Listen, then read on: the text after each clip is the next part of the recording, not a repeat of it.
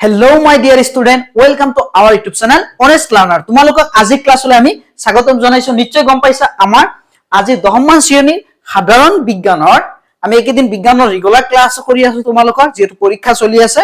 গতিকে আমি বিজ্ঞানৰ ইম্পৰ্টেন্ট 99% ইম্পৰ্টেন্ট কনসেপ্ট আমি ডিসকাস কৰিম।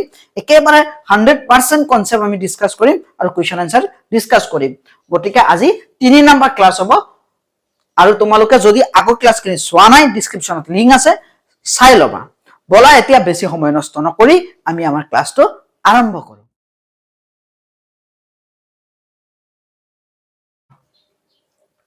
আমি ক্লাছ 10 ৰ উপৰি ক্লাছ 9 আৰু সিটেটৰ আৰু ইয়াৰ উপৰিও আমি ডিএলএড বিএড পেড এন্ট্ৰেন্সৰ পেড এক্সামৰ ৰেগুলাৰ ক্লাছ কৰি আছো। যদি তোমাৰ ঘৰত তেনেকুৱা কোনবা ষ্টুডেন্ট আছে আমাৰ ইউটিউব চেনেলৰ লিংকটো শেয়াৰ কৰি দিবা। গতিকে বলা এতিয়া চোৱা আমি পেজ নাম্বাৰ লৈ আমি এতিয়া স্টাৰ্ট কৰিম। আমি এটো পেজৰ পৰা স্টাৰ্ট কৰিম পেজ নাম্বাৰ 101 ৰ পৰা। এতিয়া চোৱা সহনৰ পৰা স্টাৰ্ট কৰিম। তোমালোকে জানা যে আমি ইতিমধ্যে পালো যে খাদ্য কেনেকৈ পাচন হয় আৰু খাদ্য পাচনত সহনৰ যথেষ্ট ভূমিকা আছে। সহন আমি নাকৰ সহায়ত সহনটো আমি লও। সহনটো আমি কিয় লও যে আমাৰ সহনত কি হয় আমাৰ শৰীৰৰ হাওফাওলৈ কি যায় অক্সিজেন যায় আৰু আমি হাওফাওৰ পৰা কাৰ্বন ডাই অক্সাইড খিনি বাহিৰলৈ ওলাই দিম। এতিয়া চোৱা যেটো আমি বহুকোয়ী জীৱৰ আমাৰ শৰীৰৰ কোষবোৰ প্ৰত্যক্ষভাৱে বাহিৰৰ পৰিৱেশৰ লগত জড়িত নহয়। সেই কাৰণে আমাৰ অতিৰিক্ত অক্সিজেনৰ প্ৰয়োজন হয়, যথেষ্ট অক্সিজেনৰ প্ৰয়োজন হয় আৰু সেই অক্সিজেন খিনি আমাৰ শ্বাস অংগৰ দৰে অংশই আমাক যোগান ধৰে আৰু এটো প্ৰথমে আমাৰ সহন কাৰ্যৰ পৰাই আৰম্ভ হয়। সো এতিয়া ইয়াতে কাৰ্যকলাপ কৰিব দিছে। আমাৰ যেহেতু ল্যাবৰেটৰী সুবিধা নাই গতিকে আমি কাৰ্যকলাপটো স্কিপ কৰিছো। তোমাৰ স্কুলত যদি ল্যাবৰেটৰী সুবিধা হয় তোমাৰ স্কুলত কৰি লবা। সো এতিয়া আমি আগৰ পাঠত জীৱৰ পৰিপুষ্টি বিষয়ে আলোচনা কৰি আহিছো। জীৱৰ পৰিপুষ্টি খাদ্যৰ পৰা দেহৰ কোষে আহৰণ কৰা শক্তি জীৱন প্ৰক্ৰিয়াৰ বিভিন্ন কাৰ্যত প্ৰয়োগ হয়। বিচিত্ৰ প্ৰকাৰৰ জীৱসমূহে এই শক্তি বিভিন্ন প্ৰক্ৰিয়াৰে আহৰণ কৰে। কিছুমান জীৱ অক্সিজেনৰ উপস্থিতিত আৰু কিছুমান অক্সিজেনৰ অনুপস্থিতিত গ্লুকোজ অণু সম্পূৰ্ণৰূপে ভাঙি কাৰ্বন ডাই অক্সাইড আৰু পানী সৃষ্টি কৰে। এনে যিকোনো প্ৰক্ৰিয়াৰ ক্ষেত্ৰত প্ৰথমে 6টা কাৰ্বনযুক্ত সংগঠিত গ্লুকোজ অণু ভাঙি 3টা কাৰ্বনযুক্ত পাইৰুভেট অণুৰ সৃষ্টি হয়। এই প্ৰক্ৰিয়াটো সংগঠিত হয় কোষৰ কুপৰহত আৰু পাছত এই পাইৰুভেট অণুৰ পৰা ইথানল এলকহল কাৰ্বন ডাই অক্সাইড সৃষ্টি হয়। এনে পৰিঘটনা সংগঠিত হয় এককোষী জীৱৰ স্তৰ দেহৰ কিন্মন প্ৰক্ৰিয়াত অক্সিজেনৰ অনুপস্থিতিত সংগঠিত হোৱা কাৰণে এনে ধৰণৰ সহন প্ৰক্ৰিয়া কি বুলি কয় অবাত সহন বুলি কোৱা হয়। স্তৰ দেহত কি হয় অক্সিজেনৰ অনুপস্থিতিত প্ৰথমে 6টা কাৰ্বনযুক্ত যেহেতু গ্লুকোজ C6H12 6টা কাৰ্বনযুক্ত গ্লুকোজৰ অণু ভাঙি 3টা কাৰ্বনযুক্ত কি হলে প্ৰস্তুত কৰে। 6টা কাৰ্বনযুক্ত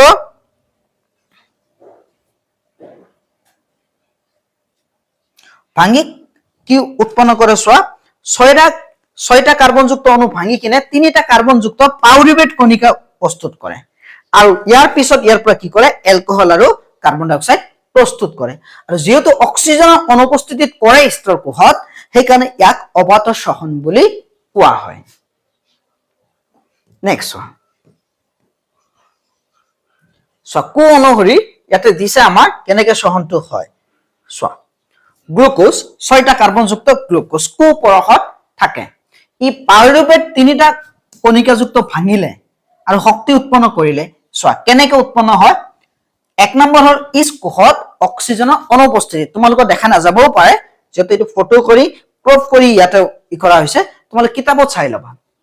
চোৱা এতিয়া কি হয় যে অক্সিজেনৰ অনুপস্থিতিত যেতিয়া স্তৰ কোষত হয় তেতিয়া ইথানল কাৰ্বন ডাই অক্সাইড আৰু শক্তি উৎপন্ন হয়। তাৰ পিছত গ্লুকোজ যেতিয়া অক্সিজেন কম থাকে অলপ কম অক্সিজেন থাকে পেশী কোষত মাংসত তেতিয়া কি হয় ল্যাকটিক এসিড আৰু শক্তি উৎপন্ন হয়। যেতিয়া অক্সিজেন বেছি থাকে মানে পৰ্যাপ্ত পৰিমাণৰ অক্সিজেন থাকে তেতিয়া হলে কাৰ্বন ডাই অক্সাইড আৰু পানী উৎপন্ন হয়। চোৱা অক্সিজেন নাথাকিলে তেতিয়া ইথানল আৰু কাৰ্বন ডাই অক্সাইড আৰু পানী উৎপন্ন হয় ক'ৰ পৰা গ্লুকোজৰ পৰা পানী নহয় শক্তি উৎপন্ন হয় আৰু যেতিয়া অক্সিজেন অলপ পৰিমাণৰ থাকে তেতিয়া লেক্টিক এসিড আৰু শক্তি উৎপন্ন হয় আৰু যেতিয়া বেছি থাকে মানে অক্সিজেনৰ উপস্থিতি ফুল্লি আছে তেতিয়া কাৰ্বন ডাই অক্সাইড পানী আৰু শক্তি উৎপন্ন হয় এটো হয় মাইটকন্ড্ৰিয়া যেটো আমাৰ দেহত হয় মাইটকন্ড্ৰিয়া শক্তি উৎপন্ন হয় কুহীয় সহনত মুকলীয়া শক্তি এটিপি অণুৰ সংশ্লেষণত প্ৰয়োগ হয় এই এটিপি কোষৰ বিভিন্ন কাৰ্যত প্ৰয়োগ হয় এটিপিৰ অণু ভাঙি উৎপন্ন শক্তিৰ কোষত সংগঠিত বিভিন্ন কাৰ্যত ব্যৱহৃত হয় বিশেষকৈ এটিপিৰ পৰা উৎপন্ন হোৱা শক্তি কোষৰ এন্ডোথাৰ্মিক বিক্ৰিয়া গঠনৰ বাবে প্ৰয়োগ হয় সোৱা যেটো শক্তি আমি শোষণ কৰো এটিপি হিচাপে সঞ্চয় হয় মাইটকন্ড্ৰিয়াত আৰু মাইটকন্ড্ৰিয়াত এই কাৰণে কোষৰ শক্তিৰ ভঁৰাল বুলি কোৱা হয় তোমালোকে ক্লাস 9 ত পাইছা আৰু তাৰ পিছত কি হয় যে ইয়াৰ পৰা এটিপিৰ পৰা কি হয় যে আমি শক্তিখিনি কোষে শোষণ কৰি লয় যেহেতু সবত শ্বসন প্ৰক্ৰিয়া অক্সিজেনৰ আৱশ্যক সেই কাৰণে জীৱ সমূহে পৰ্যাপ্ত পৰিমাণৰ অক্সিজেনৰ সেৱনৰ প্ৰয়োজনীয় থাকে উদ্ভিদে পত্ৰৰন্ধ্ৰ দি বায়ু শোষণ কৰি আন্তঃকোষীয় ঠাইত মজুত ৰাখে যাতে ইয়াৰ চাৰিওফালে স্পৰ্শ কৰি থকা কোষবিলাকে ব্যাপন প্ৰক্ৰিয়াৰ কাৰ্বন ডাই অক্সাইড আৰু অক্সিজেন গেছৰ বিনিময় কৰিব পাৰে ইয়াৰ পৰা অক্সিজেন কোষলৈ যায় আৰু কোষৰ পৰা কাৰ্বন ডাই অক্সাইড পত্ৰৰন্ধ্ৰ দি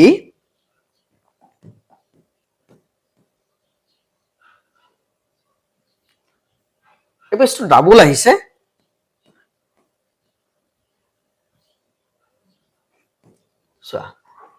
বায়ুমণ্ডলে এৰি দিয়ে ব্যাপন প্ৰক্ৰিয়াৰে আমি জানো এটো উদ্ভিদে কাৰ্বন ডাই অক্সাইড লয় আৰু অক্সিজেন এৰি দিয়ে সোৱা পানীও এৰি দিয়ে এতিয়া ব্যাপন দি নিৰ্ভৰ কৰে পৰিবেশৰ অৱস্থা আৰু উদ্ভিদৰ প্ৰয়োজনীয়তাৰ ওপৰত এটো নিৰ্ভৰ কৰে উদ্ভিদৰ প্ৰয়োজনীয়তাৰ ওপৰত আৰু পৰিবেশৰ ওপৰত সো ৰাতিৰ ভাগত হালু সংশ্লেষণ সংঘটিত নোহোৱাৰ বাবে ৰাতিৰ ভাগতে কাৰ্বন ডাই অক্সাইড বেছিকৈ নিৰ্গত হয় সো যেতিয়া যদি ৰাতিৰ ভাগত হালু সংশ্লেষণ নহয় তেতিয়া উদ্ভিদে কাৰ্বন ডাই অক্সাইড নিৰ্গত কৰে আৰু দিনৰ ভাগত উদ্ভিদে শ্বসন প্ৰক্ৰিয়া উৎপন্ন কৰা কাৰ্বন ডাই অক্সাইড হালু সংশ্লেষণত প্ৰয়োগ কৰে দিনৰ ভাগত যিখিনি ই নিজে প্ৰস্তুত কৰে সেইখিনি হালু সংশ্লেষণ ব্যৱহাৰ কৰে ৰাতিৰ ভাগত ই হালু সংশ্লেষণ ব্যৱহাৰ নকৰাৰ কাৰণে ই এৰি দিয়ে কাৰ্বন ডাই অক্সাইড ৰাতি উদ্ভিদে কাৰ্বন ডাই অক্সাইড এৰি দিয়ে যদি তুমি এটা উদ্ভিদৰ গছৰ তলত ৰাতি থাকা ডাঙৰ উদ্ভিদৰ গছৰ তলত যদি তুমি থাকা গছৰ তলত থাকা ডাঙৰ গছৰ তলত তেতিয়া তুমি ৰাতি যদি থাকা তুমি এনেকুৱা হ'ব পাৰে সেন্সলেছ হৈ যাব পাৰে কাৰণ তাতে কাৰ্বন ডাই অক্সাইড নিৰ্গত হৈ থাকে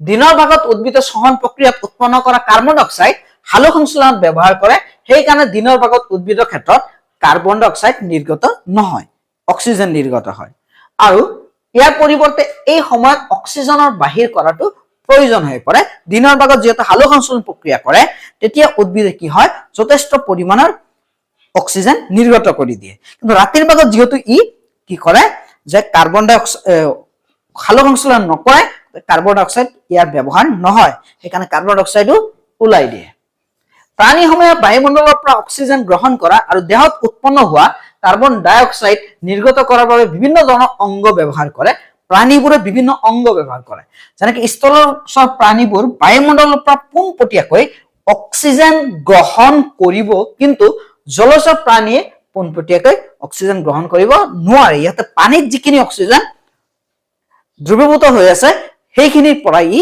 কি কৰে গ্ৰহণ কৰে আৰু সেই কাৰণে স্পিড উশাহ নিশাহ লয় ইহঁতে আমাতকৈ যেহেতু পানীত মিহলি হৈ থকা অক্সিজেনৰ পৰিমাণ বায়ুত থকা অক্সিজেনৰ পৰিমাণতকৈ তুলনামূলকভাৱে কম সেই কাৰণে জলচৰ প্ৰাণীয়ে স্থলচৰ প্ৰাণীতকৈ খৰকে উশাহ নিশাহ লয় কাৰণ তাতে অক্সিজেন কম স্পিড ল'ব লাগে মাছে মুখেৰে লোৱা পানী ভাগ ফুলৰ মাজেৰে জোৰকৈ এৰি দিয়ে ফলত ফুলত বিয়পি থকা ৰক্ত নলিকাবোৰে শেষৰ ইয়াৰ পৰা অক্সিজেন ভাগ লয় মাছে মুখেৰে পানী লৈ ফুলৰ সহায়ত এৰি দিয়ে আৰু ফুলত যিবিলাক ৰক্ত ভাগ আছে তুমি যে মাছৰ কাঞ্চা বুলি কওঁ আমি তাতে যদি চোৱা তাতে ৰক্ত নিচিনা অংশ পাবা সেইখিনি কি কৰে পানীৰ পৰা অক্সিজেন লয় স্থলচৰ প্ৰাণীবোৰে শ্বসনত বায়ুমণ্ডলৰ অক্সিজেন ব্যৱহাৰ কৰে বায়ুমণ্ডলৰ অক্সিজেন প্ৰাণীসমূহ হিয়তে বেলেগ বেলেগ শ্বসন অংগৰ দ্বাৰা শোষণ কৰি লয় এই শ্বসন অংগবোৰ গঠন এনেধৰণৰ হয় যাতে বায়ুমণ্ডলৰ সান্নিধ্যলৈ আহিলে এইবোৰ সহজে অক্সিজেন শোষণ কৰি ল'ব পাৰে। গতিকে শ্বসন অংগৰ অক্সিজেন আৰু কাৰ্বন ডাই অক্সাইডৰ বিনিময় হোৱা শ্বসন পৃষ্ঠৰ কোষবোৰ অতিশয় সুষম আৰু সুকোমল। এনেকুৱা শ্বসন পৃষ্ঠ সংক্ৰমণৰ পৰা বাচি থাকিবৰ বাবে শ্বসন অংগবোৰ দেহৰ ভিতৰত অৱস্থিত হোৱাৰ বাবে বায়ুৰ পৰা সেৱন কৰা অক্সিজেন ভাগ ভিতৰলৈ ঠেলি পঠিয়াব লগা হয়। ইয়াৰ উপৰি এটা নিৰ্দিষ্ট প্ৰক্ৰিয়াৰ দ্বাৰা বাহিৰৰ পৰা অক্সিজেন সেৱন আৰু নিয়াহত কাৰ্বন ডাই অক্সাইড বাহিৰলৈ এৰি দিয়া। মানুহৰ ক্ষেত্ৰত নাকৰন্ধ্ৰ দি দেহৰ ভিতৰলৈ বায়ু সেৱন কৰি লোৱা আৰু নাকৰ বিন্দাত থকা নোমবোৰে ভিতৰলৈ অহা বায়ু চেকি লয় নাৰন্ধ্ৰত থকা শ্লেষ্মাই এনে কাৰ্যত সহায় কৰে। ইয়াৰ পাছত টেটু হৈ শ্বাসনলীয়েদি হাওঁফাওঁলৈ বায়ু প্ৰৱেশ ঘটে। টেটুৰ বায়ুনলিকা ডালত কিছুমান উপস্থিতিৰে গঠিত আঙুঠি থাকে। সেইকাৰণে শ্বাসনলীৰ মাজেদি বায়ু চলাচল কৰোঁতে ই চেপেটা হৈ লাগি নধৰে। তোমালোকে নিশ্চয় বুজি পাইছা যে বহুকোয়ী জীৱবোৰৰ বিভিন্ন অংগ থাকে আৰু এই অংগবোৰ উশাহ নিশাহ ল'বলৈ অক্সিজেন ল'বলৈ যিহেতু কোমল হৈ যায় সেইকাৰণে এই অংগবোৰ দেহৰ ভিতৰতে বেছিভাগ থাকে। আৰু মানুহৰ ক্ষেত্ৰত কি কৰে ইহঁতে উশাহ নিশাহ আমি শ্বাস ৰন্ধ্ৰৰ সহায়ত অৰ্থাৎ নাকৰ সহায়ত আমি প্ৰথমে লওঁ, লৈ শ্বাসনলীৰ সহায়ত শ্বাসনলীত কি থাকে এনেকে ৰিঙৰ নিচিনা থাকে যাতে চেপেটা হৈ নাযায়। শ্বাসনলীৰ পৰা আমি কলৈ যাওঁ হাওঁফাওঁলৈ লৈ যাওঁ। গমে পাইছা চিত্ৰটো কিতাপত চাই লোৱা। চিত্ৰটো গমে পাইছা যে আমি প্ৰথমে কি কৰো নাকৰ সহায়ত লৈ লওঁ। নাকৰ সহায়ত লোৱাৰ পিছত কি কৰো আমাৰ শ্বাসনলীৰ সহায়ত আমাৰ কি হয় যে চোৱা হাওঁফাওঁত যায়। শ্বাসনলীৰ সহায়ত হাওঁফাওঁলৈ যায়। হাওঁফাওঁক সুৰক্ষা কৰি দিয়ে কামিহাড় আছে, এইবোৰ মধ্যস্থতা আছে, এইবোৰ মধ্যস্থতা দেখা পাইছে নে এনেকে ওপৰ নিচয় চোৱা। হাওঁফাওঁৰ ভিতৰত শ্বাসনলী সৰু সৰু কিছুমান শাখাত বিভক্ত হৈ ক্ষুদ্ৰ ক্ষুদ্ৰ বেলুন সদৃশ অংগৰ সৃষ্টি কৰে। এইবোৰক কি বুলি কোৱা হয় বায়ুকোষ বুলি কোৱা হয়। হাওঁফাওঁত কি কৰে সৰু সৰু বেলুনৰ নিচিনা অংশ সৃষ্টি হয় আৰু ইয়াক বায়ুকোষ বুলি কোৱা হয়। বায়ুকোষ বিলাকত অসংখ্য ক্ষুদ্ৰ ক্ষুদ্ৰ ৰক্তকেশিকাই জালিকা গঠন কৰে। আমি আগৰ শ্ৰেণীত পঢ়ি আহিছো যে উশাহ লোৱাৰ সময়ত আমাৰ কামিহাড়বোৰ ওপৰলৈ তুলি দিয়াৰ বাবে মধ্যস্থতাখন নিম্নগামী হৈ গতি কৰে আৰু তেতিয়াই বক্ষ গহ্বৰটো ডাঙৰ হৈ পৰে। ইয়াৰ ফলত হাওঁফাওঁৰ ভিতৰলৈ বায়ু প্ৰৱেশ কৰি বায়ুকোষবিলাক বায়ুৰে পৰিপূৰ্ণ হৈ পৰে। যেতিয়া আমি এনেকে এৰি দিলো, এনেকে লোৱাৰ লগে লগে মধ্যস্থতা কি হয় ওপৰলৈ আহি যায়। ওপৰলৈ আহি যোৱাৰ লগে লগে চোৱা যেতিয়া আমি কামিহাড়বোৰ কি কৰো ওপৰলৈ তুলি দিও, এৰি দিলো, চোৱা কামিহাড়টো ওপৰলৈ উঠিছো, মধ্যস্থতা তললৈ যাব, এইটো অংশটো তললৈ যাব। তললৈ যোৱাৰ ফলত আমাৰ বায়ুকোষবোৰ কি হ'ব অক্সিজেনে ফুল হৈ যাব। ফুল হোৱাৰ ফলত যেতিয়া আমি এনেকে এৰি দিম মানে কামিহাড়টো তললৈ ঠেলিম তেতিয়া মধ্যস্থতাটো ওপৰলৈ আহিব, তেতিয়া হাওঁফাওঁটো প্ৰেছাৰ কৰি কাৰ্বন ডাই অক্সাইড খিনি এৰি দিব। চোৱা তাৰপিছত দেহৰ বিভিন্ন অংশৰ পৰা তেজে কঢ়িয়াই অনা কাৰ্বন ডাই অক্সাইড বায়ুকোষবোৰত এৰি দি ইয়াত থকা অক্সিজেন ৰক্তজালিকে শোষণ কৰি লয় আৰু পিছত দেহৰ বিভিন্ন কোষৰ ভিতৰত কৰি দিয়ে। উশাহৰ সময়ত বায়ু গ্ৰহণ আৰু নিশাহত এৰি দিওঁতে হাওঁফাওঁ অৱশিষ্ট বায়ুৰ আয়তন যথেষ্ট থাকে। সেইকাৰণে নিৰ্দিষ্ট পৰিমাণৰ অক্সিজেন গ্ৰহণ আৰু কাৰ্বন ডাই অক্সাইড এৰি দিব পৰা যায়। চোৱা হাওঁফাওঁত কি হয় যথেষ্ট বায়ু, উশাহ আৰু নিশাহৰ সময়ত যথেষ্ট বায়ু যে অনুপাত হিচাপে বেছি থাকে, কাৰণ সেইকাৰণে আমি উশাহত অক্সিজেন ল'ব পাৰো আৰু নিশাহত আমি কাৰ্বন ডাই অক্সাইড এৰি দিব পাৰো। প্ৰাণীৰ আকাৰ যথেষ্ট ডাঙৰ হলে ব্যাপন চাপে দেহৰ সকলো অংশত অক্সিজেন যথেষ্ট পৰিমাণে সৰবৰাহ কৰিব নোৱাৰে। এই ক্ষেত্ৰত হাওঁফাওঁ তেজৰ ৰঞ্জক পদাৰ্থই অক্সিজেনৰ কমি থকা কলাবোৰত বিতৰণ কৰে। মানুহৰ দেহত থকা তেজৰ ৰঞ্জক পদাৰ্থবিলাকৰ নাম হ'ল হিমোগ্লোবিন আৰু অক্সিজেনৰ প্ৰতি হিমোগ্লোবিনৰ আসক্তি বহুত বেছি। তেজত লোহিত ৰক্ত কণিকাত এই হিমোগ্লোবিনবোৰ পোৱা যায়। কাৰ্বন ডাই অক্সাইড অক্সিজেনতকৈ পানীত বেছিকৈ দ্ৰৱীভূত হয়, সেইকাৰণে কাৰ্বন ডাই অক্সাইড দ্ৰৱণীয় অৱস্থাত তেজত পৰিবহন হয়। কাৰ্বন ডাই অক্সাইড পৰিবহন হয় আৰু হিমোগ্লোবিন কি কৰে অক্সিজেন শোষণ কৰি কোষত প্ৰদান কৰে চোৱা এতিয়া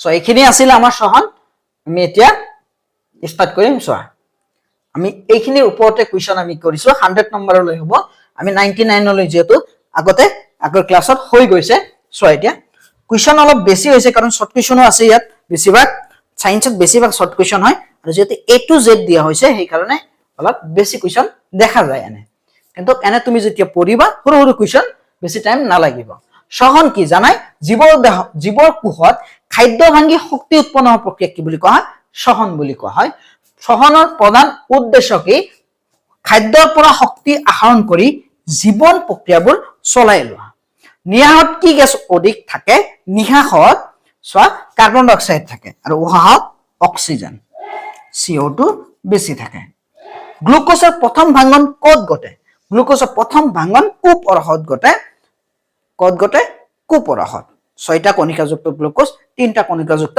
পাইৰুভেট কণিকালৈ পৰিৱৰ্তন হয় পাইৰুভেট কি সব গ্লুকোজ ভাঙি সৃষ্টি হোৱা 3 কাৰ্বনযুক্ত অণু পাইৰুভেট বুলি কোৱা হয় গ্লুকোজ 6টা কাৰ্বনযুক্ত অণু আৰু ইয়াক ভাঙি যেতিয়া 3টা কাৰ্বনযুক্ত অণু হয় তাক পাইৰুভেট কণিকা বুলি কোৱা হয় অবাত শ্বসন কি অক্সিজেনৰ অনুপস্থিতিত যেটো শ্বসন হয় তাক কি বুলি কোৱা হয় অবাত শ্বসন তাৰ পিছত কি কৈছে হবাত শ্বসন কি যে অক্সিজেনৰ উপস্থিতিত যেটো শ্বসন হয় তাক কোৱা হয় হবাত শ্বসন যে স্তত অবাত শ্বসন কি উৎপন্ন হয় স্তত সোৱা অক্সিজেনৰ অনুপস্থিত উৎপন্ন হলে কি হয় ইথানল উৎপন্ন হয় কাৰ্বন ডাই অক্সাইড উৎপন্ন হয় আৰু কি উৎপন্ন হয় সোৱা শক্তি উৎপন্ন হয় কিন্মন প্ৰক্ৰিয়া কি স্তৰৰ সহায়ত গ্লুকোজক ভাঙি ইথানল কাৰ্বন ডাই অক্সাইড উৎপন্ন কৰা প্ৰক্ৰিয়া কি বুলি কোৱা হয় কিন্মন প্ৰক্ৰিয়া বুলি কোৱা হয় ফাৰ্মেন্টেশন হবাত শ্বসন ক'ত সংঘটিত হয় মাইটোকন্ড্ৰিয়াত আমি জানো কোষৰ মাইটোকন্ড্ৰিয়াত হবাত শ্বসন সংঘটিত হয় হবাত শ্বসনৰ অন্তিম উৎপাদন কি কাৰ্বন ডাই অক্সাইড পানী আৰু শক্তি 111 নম্বৰ চোৱা কোন শ্বসনত অধিক শক্তি উৎপন্ন হয় হবাত শ্বসনত অধিক শক্তি উৎপন্ন হয় কাৰণ হবাত শ্বসন অক্সিজেনৰ উপস্থিতিত সংঘটিত হয় 112 নম্বৰ পেশিকোষত অক্সিজেন কম হলে কি হয় সব পেশিকোষত যেতিয়া অক্সিজেন কম হয় পেশিকোষত অক্সিজেন কম থকাৰ কাৰণে পাইৰুভেট ভাঙি লেক্টিক এসিড উৎপন্ন হয় আৰু শক্তি উৎপন্ন হয় যে পেশিত হীৰামৰি ধৰাৰ কাৰণ কি লেক্টিক এসিড জমা হোৱাৰ বাবে পেশিত কি হয় হীৰামৰি ধৰে এটিপিৰ সম্পূৰ্ণ নাম জানাই এডিনোসাইন ট্ৰাইফসফেট এটিপি কি বুলি কোৱা হয় ইয়াৰ কাম কি এটিপি কুহীয় শক্তিৰ মুদ্ৰা বুলি কোৱা হয় ইয়াৰ কাম হল যে কুহীয় কাৰ্যৰ বাবে শক্তি যোগান ধৰা এই মাইটোকন্ড্ৰিয়াত শক্তি হিচাপে জমা হৈ থাকে আৰু ই কি কৰে যেতিয়া শক্তিৰ প্ৰয়োজন হয় তেতিয়া শক্তি যোগান ধৰে কুহীয় শক্তিৰ মুদ্ৰা বুলি কোৱা হয় ইয়াৰ আৰু মাইটোকন্ড্ৰিয়াক কুহীয় শক্তিৰ ভঁৰাল বুলি কোৱা হয় উদ্ভিদে গেছৰ বিনিময় কেনেকৈ কৰে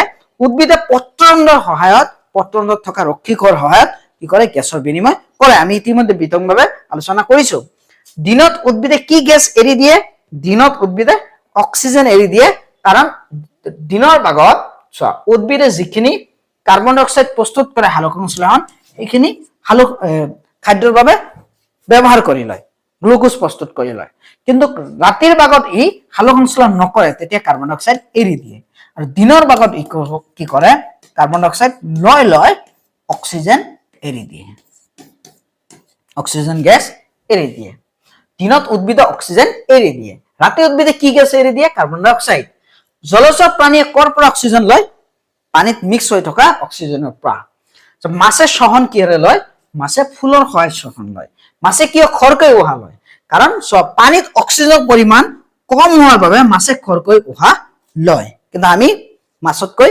অলপ লাহেকে উহা নিহা লওঁ স্থলচৰ প্ৰাণীয়ে কৰ পৰা অক্সিজেন লয় স্থলচৰ প্ৰাণীয়ে বায়ুমণ্ডলৰ পৰা অক্সিজেন লয় মানুহৰ সহন অংগ কি মানুহৰ সহন অংগ হল হাওঁফাওঁ নাড়াৰন্ধ্ৰৰ কাম কি নাকৰ যে ফুটা আছে এইটো কাম কি ৰাসানন্দৰ কাম হল বায়ু শৰীৰত প্ৰৱেশ কৰা আৰু ধূলি সেকি লোৱা নাড়াৰন্ধ্ৰত চাবা নাকৰ কিছুমান নোম থাকে এই নোমবোৰে ধূলিবোৰ সেকি লয় শ্বাসনলী কি নোমবোৰ কাটি নিদিবা এইবোৰৰ নিৰ্দিষ্ট কাম আছে শ্বাসনলীটো গমে পাইছা যে নাকৰ পৰা হাওঁফাওঁলৈ বায়ু নিয়াৰ নলীক কি বুলি কোৱা হয় শ্বাসনলী বুলি কোৱা হয়।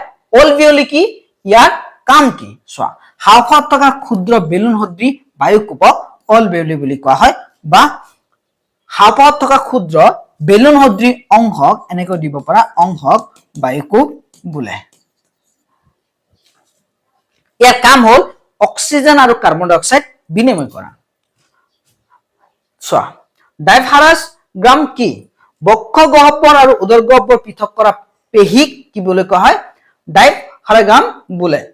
উশাহ লওঁতে আৰু নিশাহ এৰোতে ডাইফাৰাগ্ৰামৰ কি কাম হয়? যে উশাহ লওঁতে ডাইফাৰাগ্ৰাম তললৈ নামে আৰু নিশাহত এৰোতে ডাইফাৰাগ্ৰাম ওপৰলৈ উঠে, মানে কি মধ্যস্থতা যিটো। চোৱা, হেমোগ্লোবিন ৰোহিত ৰক্তকণিকাত, শ্বেত ৰক্তকণিকা, ৰোহিত ৰক্তকণিকা, তোমাৰ RBC, WBC তেজত থাকে আৰু থাকে অনুচক্ৰিকা। গতিকে RBCত থকা হিমোগ্লোবিন কি কৰে? অক্সিজেন বাহক হিচাপে এবিধ ৰঞ্জক পদাৰ্থ, যে ই অক্সিজেন বহন কৰে। হিমোগ্লোবিনৰ কাম কি? ইংলিছত লিখা আছে, তুমি আছামিছত লিখিব পাৰা। অক্সিজেন দেহৰ বিভিন্ন অংশলৈ কঢ়িয়াই নিয়া, কাৰ্বন ডাই অক্সাইড কঢ়িয়াই নিয়া, নিয়া নহয় নিয়া। চোৱা, কাৰ্বন ডাই অক্সাইড কেনেকৈ তেজত পৰিবাহিত হয়? কাৰ্বন ডাই অক্সাইড দ্ৰৱীভূত অৱস্থাত তেজত পৰিবাহিত হয়। শ্বসন আৰু দহন একেনে? শ্বসন আৰু দহন একে নহয়। শ্বসন আৰু দহন এটা পাৰ্থক্য লিখা। চোৱা, শ্বসন আৰু দহনৰ এটা পাৰ্থক্য হল, শ্বসন ধীৰে ধীৰে কোষত ঘটে, কিন্তু দহন হঠাতে ঘটে। তুমি জুই জ্বলাই দিলা, হঠাতে ঘটে। যে শ্বসনত, দহনতো অক্সিজেনৰ প্ৰয়োজন হয়, শ্বসনতো সবাতৰ শ্বসনত অক্সিজেনৰ প্ৰয়োজন হয়। মানুহৰ দেহত শক্তি কৰ পৰা আহে? মানুহৰ দেহত শক্তি খাদ্যৰ শ্বসনৰ পৰা আহে। আমি অলপ আগতে পালো পৰিপুষ্টি কেনেকে পায়। শ্বসনৰ বাবে কোন গেছ অতি প্ৰয়োজনীয়? চোৱা, শ্বসনৰ কাৰণে মানুহৰ বাবে কি অক্সিজেন গেছ অতি প্ৰয়োজনীয়। কি গেছ প্ৰয়োজনীয়? অক্সিজেন গেছ অতি প্ৰয়োজনীয়। নিশাহত কোন গেছ বাহিৰ কৰি দিয়া হয়? কাৰ্বন ডাই অক্সাইড গেছ।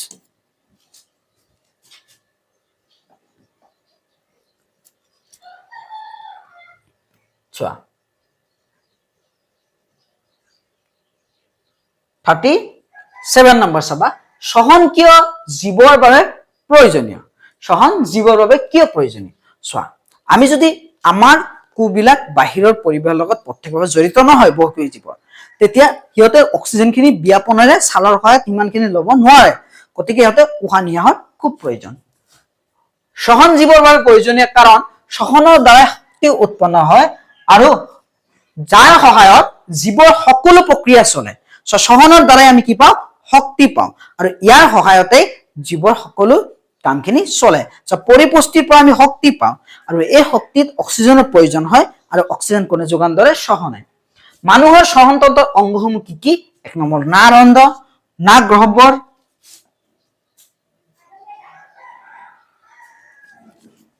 শ্বাসনলী, হাওঁফাওঁ, বায়ুকোপ আৰু মধ্যস্থতা। মানুহত শ্বসন প্ৰক্ৰিয়া কেনেকৈ ঘটে? মানুহৰ নাড়ৰন্ধ্ৰে বায়ু গ্ৰহণ কৰে। মানুহে আগতে এনেকে লয়, লোৱাৰ পিছত নাড়ৰন্ধ্ৰৰ শ্বাসনলী পাৰ হৈ হাওঁফাওত প্ৰৱেশ কৰে। বায়ুকোপত অক্সিজেন তেজত মিহলি হয় আৰু কাৰ্বন ডাই অক্সাইড তেজৰ পৰা বায়ুকোপলৈ আহি নিশাহত বাহিৰ হৈ যায়। অলভেলিৰ দেৱাল পাতল কিয়? যে আমাৰ বায়ুকোপৰ দেৱাল পাতল কিয় হয়? গেছৰ বিনিময় সহজে হবলৈ হলে বায়ুকোপবোৰৰ বেলুন সদৃশ বায়ুকোপবোৰৰ কি হয়? আমাৰ দেৱালবোৰ পাতল হয়, বেৰবোৰ পাতল হয়। হাওঁফাওত অৱশিষ্ট বায়ু থকাৰ সুবিধা কি? হাওঁফাওত কিয় যতে এক্সট্ৰাকে বায়ু থাকে? কাৰণ যদি এক্সট্ৰাকে বায়ু নাথাকে, তুমি যেতিয়া অক্সিজেন খিনি, কাৰ্বন ডাই অক্সাইড খিনি এৰি দিলা, অক্সিজেন খিনি ললা, লোৱাৰ পিছত কাৰ্বন ডাই অক্সাইড খিনি তুমি এৰি দিয়াৰ পিছত আকৌ নেক্সট কাৰ্বন ডাই অক্সাইড খিনি যেতিয়া জমা কৰিব, অতিৰিক্ত বায়ুৰ প্ৰয়োজন হয়। চোৱা, হাওঁফাওত অৱশিষ্ট বায়ুৱে অক্সিজেন গ্ৰহণ আৰু কাৰ্বন ডাই অক্সাইড এৰাৰ প্ৰক্ৰিয়া অবিৰত ৰাখে। এৰাৰ প্ৰক্ৰিয়া কি ৰাখে? অবিৰত ৰাখে। কাৰ্টিলেজৰ কাম কি? চোৱা, কাৰ্টিলেজৰ কাম হল শ্বাসনলী চেপেটা বা বন্ধ হৈ নোহোৱাকৈ ৰাখা, যিটো ৰিঙৰ নিচিনা থাকে আমাৰ গলত, সেইটোৰ কাম।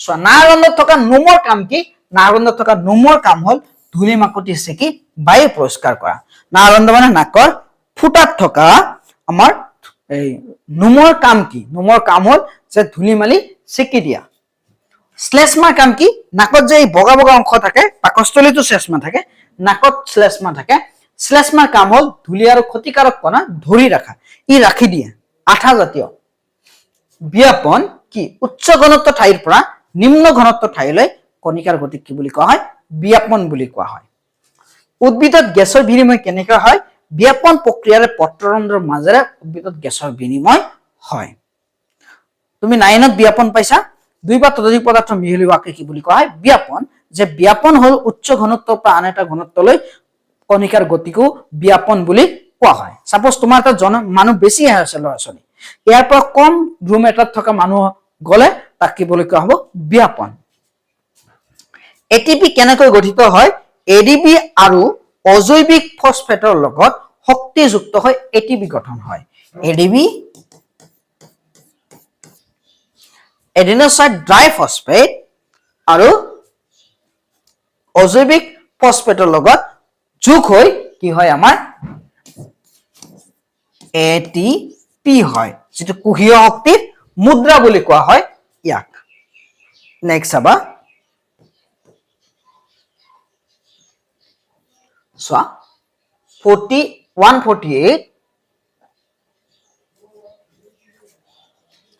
এটিপি ভাঙিলে কি উৎপন্ন হয় এটিপি ভাঙিলে শক্তি মুক্ত হয় এটিপিৰ পৰাই শক্তি কুহিয়ে যোগান লয় এটিপিৰ শক্তি ক'ত ব্যৱহাৰ হয় পেহী সংকোচন প্ৰতি সংশ্লেষণ স্নায়ু প্ৰবাহ আদিত ব্যৱহাৰ হয় সবাতৰ সহনৰ সমীকৰণ লিখা গ্লুকোজ অক্সিজেন লগ হৈ কি হয় কাৰ্বন ডাই অক্সাইড ওয়াটাৰ আৰু এনাৰ্জি অলপ কথা আমি ডিসকাস কৰিলো যে অবাতৰ সহনৰ সমীকৰণটো হল অবাতৰ সহন যেতিয়া ইছ কোষত অক্সিজেন না থাকে তেতিয়া কি উৎপন্ন হয় ইথানল আৰু কাৰ্বন ডাই অক্সাইড শক্তি আৰু যদি কম থাকে তেতিয়া কি হয় তোমালোকে জানাই ইথানল পানী আৰু শক্তি ইথানল নহয় ল্যাকটিক এসিড উৎপন্ন হয় ল্যাকটিক পেহী কোষত অবাতৰ শ্বসন সমীকৰণ কি হয় ল্যাকটিক এসিড উৎপন্ন হয় আৰু এনাৰ্জি উৎপন্ন হয় যেতিয়া অক্সিজেন কম পৰিমাণৰ থাকে তেতিয়া অক্সিজেন কম পৰিমাণৰ থাকে আৰু অবাতৰ শ্বসন মানে যেতিয়া অক্সিজেন একেবাৰে না থাকে আৰু সবাতৰ শ্বসন মানে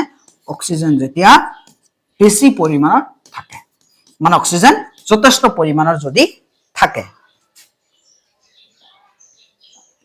গতিকে আজি ক্লাস এইখিনি আছিল যদি তোমালোকে WhatsApp চেনেলত জয়েন হোৱা নাই জয়েন হৈ লবা আৰু লগতে আমাৰ চেনেলখন সাবস্ক্ৰাইব কৰি কাষত থকা বেল আইকনখন ক্লিক কৰি দিবা আৰু তোমাৰ লগৰীয়া বিলাকক যদি ক্লাসটো ভাল লাগিছে লাইক কৰি লগৰীয়া বিলাকলৈ শেয়াৰ কৰি দিবা গতিকে আজিলৈ আমাৰ এইখিনি আছিল সকলোৰে সুস্বাস্থ্য কামনা কৰি নেক্সট ক্লাছত লগ পোৱাৰ আহাৰে আজি ক্লাস আমি সমাপ্ত কৰিম